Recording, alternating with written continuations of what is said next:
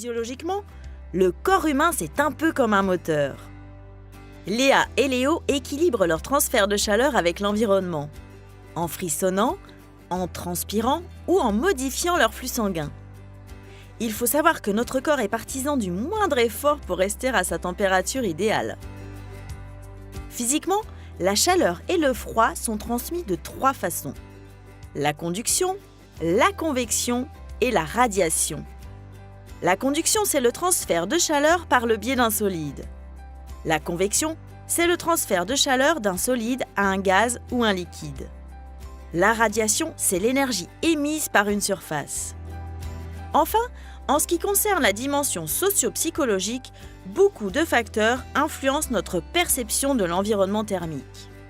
Notre état émotionnel, notre humeur, notre niveau de fatigue, notre histoire par rapport au chaud ou au froid, nos origines sociales, ainsi que d'autres facteurs environnementaux comme le bruit ou l'éblouissement. Plus on a le sentiment de pouvoir maîtriser son environnement thermique, plus on se sent bien.